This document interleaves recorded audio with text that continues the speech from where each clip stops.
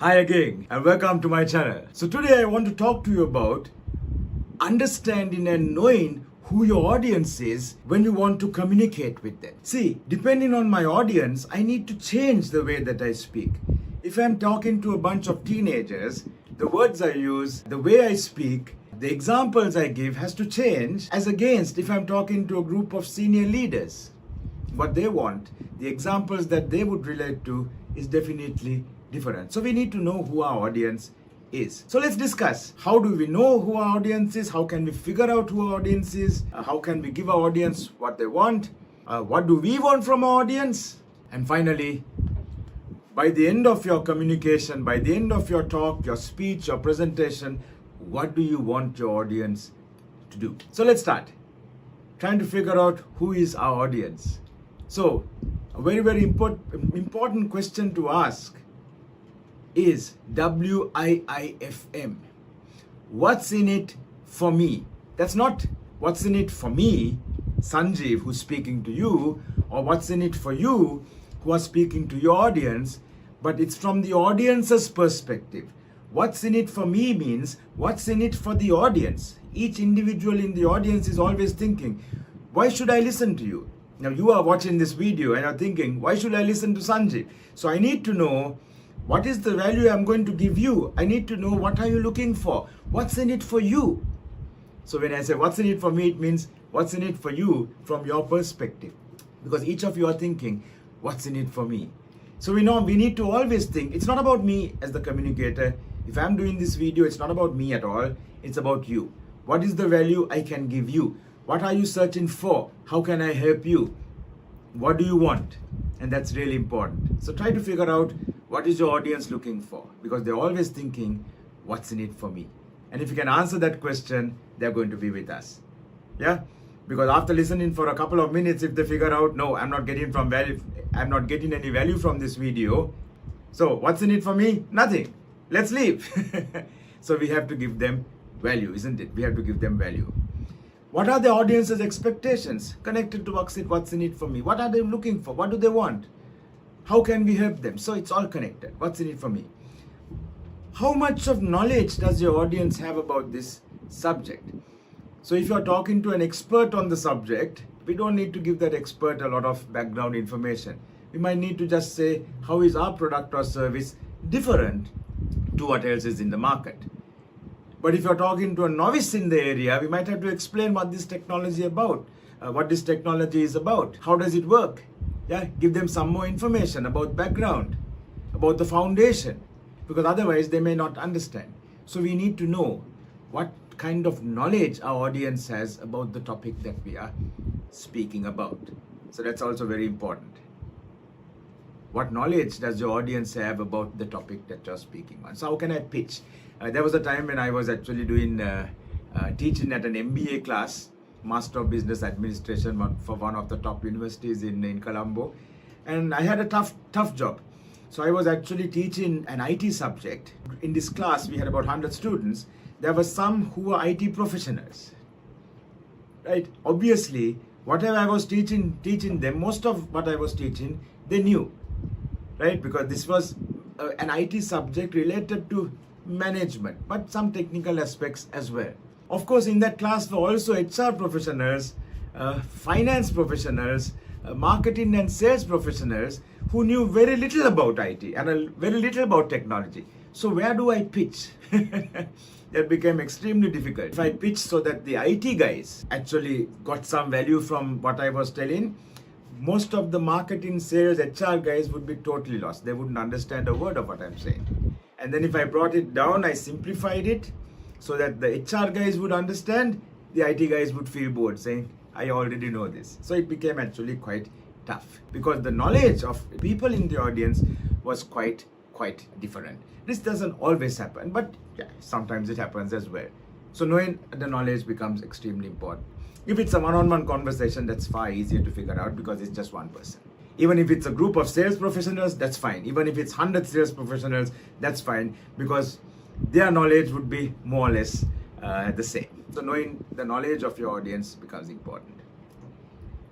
How does your audience view you?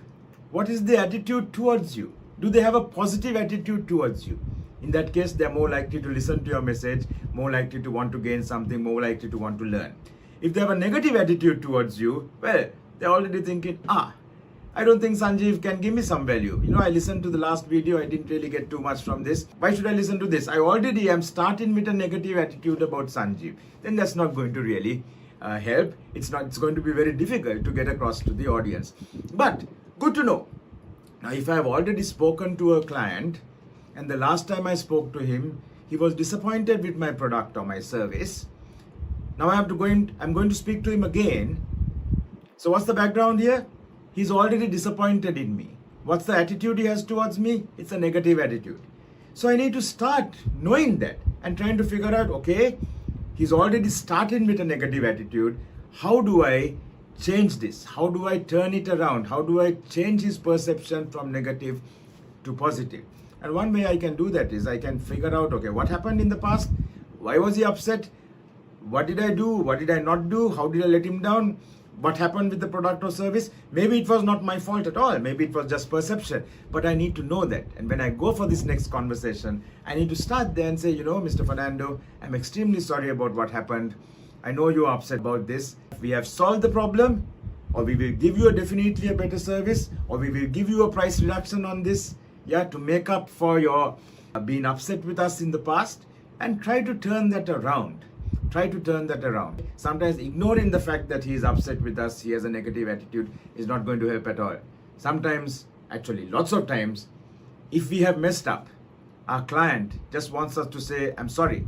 Just wants us to say, sorry, I messed up, and acknowledge the fact that we have made a mistake. Lots of times people don't acknowledge the fact that they have made a mistake, and that makes it even more annoying. Isn't it the same with you? It's the same with every human being, isn't it? If someone made a mistake, we want them to acknowledge it. We want them to say how they are going to make amends for it, how they are going to help us get over some problem. And then we can build the relationship again. So we need to start by acknowledging the problem, acknowledging what happened, maybe apologizing for it. It doesn't hurt to apologize and say, Mr. Fernando, I'm really sorry for how you are feeling about this. I'm not accepting that there was a problem or there was a mistake on my part, if there was not. Let's say the mistake was totally on Mr. Fernando, the client's side, but I can still apologize for his state of mind. I can apologize and say, I'm really sorry that you're feeling this way. It shows empathy. It shows that we are with you. It shows that we understand you. And that becomes very important. When we're thinking of our audience, we also need to think, as we said, about the knowledge that they have or they don't have. And therefore, what questions are they going to ask from us? Some of those questions they will actually ask. They will speak to us and ask. Other questions they may not ask, but they will have it in their mind. So if we can figure out what questions my audience will have, I can actually answer those questions even before they ask it. And sometimes, if I'm prepared with all the possible questions they can ask and all the possible answers I can give them, no matter what questions they ask, I'm prepared. There was a person that I was coaching in a leadership development program who had to, once a week travel about 100 kilometers to the head office of this organization to have a discussion with the managing director, the CEO of this organization. And what he would do was, earlier, before we actually had a chance to help him, before I had a chance to coach him, he would tell me that, he comes for this conversation with the CEO, and the CEO asks him so many questions and he doesn't have answers for most of them. And then the CEO says, come on, I'm calling you for the discussion once a week. I expect you to have these answers. And this guy says, but I didn't know you were going to ask me this question. And then the CEO says, no, but in your position, you should know this. What I told him, what I advised him was, always try to make a list. What are the possible questions the CEO can ask you? Because he's only going to ask you about your area, about your product, about your subject matter domain. Right? So what he did after that was, he has to travel 100 kilometers to see the CEO. While traveling, he would make a mental note of all the possible questions the CEO would ask, and he would have his mental answers already. So now what happens? CEO asks the question, he has his answer ready, everyone is happy. Now the CEO has a perception of, wow, this guy is so prepared, he's so smart, I should promote him. Great! Know your audience and be prepared with what are the questions your audience might ask you. We have to be also clear, what do we want from our audience? So, two things. Do we want our audience to understand what we are saying? So it's just informational. I'm just telling you something. All I want you to do is understand what I'm saying, right? Take it in. I don't want you to even agree with me. I want you to get the message. I want you to understand what I'm saying. So it's informational. So you should know what I have said. So that's just informing. Right? Maybe I'm just informing people, tomorrow we start work at 7 o'clock in the morning instead of 8.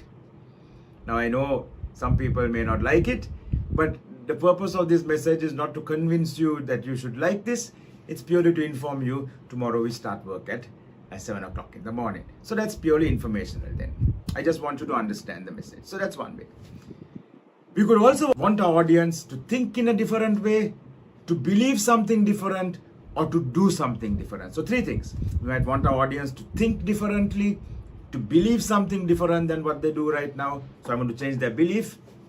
I want them to do something different to what they are doing right now. In that case, I need to persuade my audience. So the first one was I just wanted to inform them. I just wanted to make sure they understand.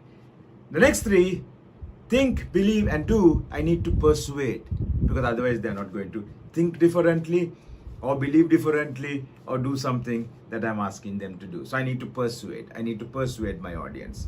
So it's very clear. It's very important that we are clear what we want from the audience. If I'm talking to my group of sales professionals, I want them to believe that the target is achievable. I want them to think differently. I want them to think of their product in a different way than they were thinking before. Sometimes we think our product is too expensive, but I want them to think not about the expense. I want them to think that this product has great value, much more value than the competitor's product. So think differently. I want them then to believe that it can be sold, that targets can be achieved, that there are customers out there who want the product. I want them to believe something different. And now I want them to go out and sell. So I want them to do something different, achieve the targets. So think, believe, do. And finally, once you have finished speaking to the audience, what do you want them to remember as they walk out of the room, as they end the Zoom call or they end the Teams call and they walk away? What do you want them to walk away with? What do you want them to remember? What's the thought you want them to carry with them? What's the key point? See, audiences are not going to remember more than 3 key points. You might have 15, but they'll still remember only 3, if you're lucky. Lots of times they'll just remember 1. So keep reiterating the key points over and over. Not many, 1, 2, or 3 maximum. Keep repeating that over and over. So when they walk away, they would at least remember those key points. And the call to action, CTA, call to action, very important. What do you want them to do? I had a great boss some years ago when I was working in the corporate sector. Fantastic guy, really helpful, very kind, very empathetic. He would tell us a lot using storytelling. He would call the whole team into his room and he'll tell us a lovely story. The story would be fantastic, we would enjoy the story, but he would omit the call to action. So we'd listen to the story, love the story, walk out and think, what did my boss want us to do? What did my boss want me to do? Because the call to action was unclear. Lovely story. So no point telling stories if we don't connect that story to the call to action. Finally, we need people, we need our audience, we need our team, we need our colleagues to do something. We need our family, we need our children to do something. So story is great, call to action even more important. Story without a call to action is meaningless. So the story adds weight to the call to action. Remember my stories in some of the other videos that we have watched, right? Stories become really important. And the story about my boss is also a story. That's also a story. So that story reiterates the fact that call to action is important. So that story illustrates the story as well, isn't it? And that's fantastic. We need to be clear about what's the key points we want them to remember, what's the call to action, or what are we asking them to do. We also need to think, why should they do what you're asking them to do? Do they believe in what you're saying? Do they accept it? Do they own it? Or are you just asking them to do something just using a hierarchical authority? Why should they do what we're asking them to do? And the best way to get people to do something we're asking them to do is help them, get them to a place where they believe in what we are asking them to do. They see the value of it. They see the benefit of doing it for themselves. They see, if I do this, how is it going to help me? How is it going to help my life? How is it going to help my career? How is it going to help my income? Then they'll do it because they see a clear benefit. How does this, what Sanjeev is asking me to do, how does this help my client? How does it help my company? How does it help my country? Great. So make sure they know why you're asking them to do what you're asking them to do. Because that's going to be important for them to figure out why should they do what you're asking them to do. So I think the days are past, the time is past where we can just force someone to do what we're asking them to do. Most people won't do it anymore. They'll only do it if they believe in it. So why should they do what we're asking them to do? Again, coming back to what's in it for me, WIIFM, what's in it for me becomes very important. And finally, what is the impact if they do what we're asking? So what's going to happen? Yes, our sales are going to increase. Yes, our customers are going to be happy. Yes, we are going to earn more money. Yes, you'll get a better incentive. Yes, you'll get a better bonus. Yes, after some time, you'll get a promotion. What will happen if you do what we're asking? And also sometimes very important, what will happen if you don't do what we're asking? Okay, so your incentive is going to go down. We might not have sales of this product, which means we might lose our partnership, which means we might have to let some of our team go, which means you might lose your job. Sometimes it's important to say that as well. What will happen if you do what we're asking? What will happen if you don't? So tell the audience as well. Even if it's 1 person, 10 people, 15 people, 20 people, 100 people. What will happen if you do what we're asking you to do? What will happen if you don't? So I think we need to remember those points. We're talking about identifying who our audience is, what's in it for them, very important, what are the expectations, what is the knowledge they have about the subject, what is the attitude towards you as the speaker, is it positive or negative, what kind of questions will they ask so we can be prepared. Then we discussed that it's very important that we know what we want from our audience. Do we just want them to understand something which is just informational, or do we want them to think, believe, or do something differently, which means we need to persuade them. Finally, what do you want them to remember from your message? At least 3 points, or maximum 3 points. What's the call to action? What do you want them to do? Why should they do what you ask? And what is the impact if they do what we're asking? What is the impact if they don't? I hope you enjoyed this video. I hope this is going to help you understand your audience better. Doesn't take a long time.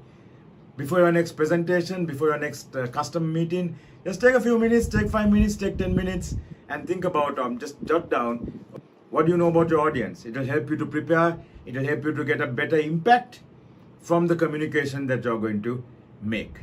I hope you enjoyed this. I hope it gave you great value. I hope it did. And if it did, please put some comments in the, if you felt that you got some value from this video, please add a comment. Tell me how this will help you. Tell me how I can serve you more. What more help you want from me? What kind of videos you want me to do for you so that I can help you more?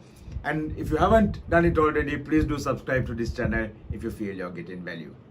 Stay safe and stay blessed. I'll see you at the next video.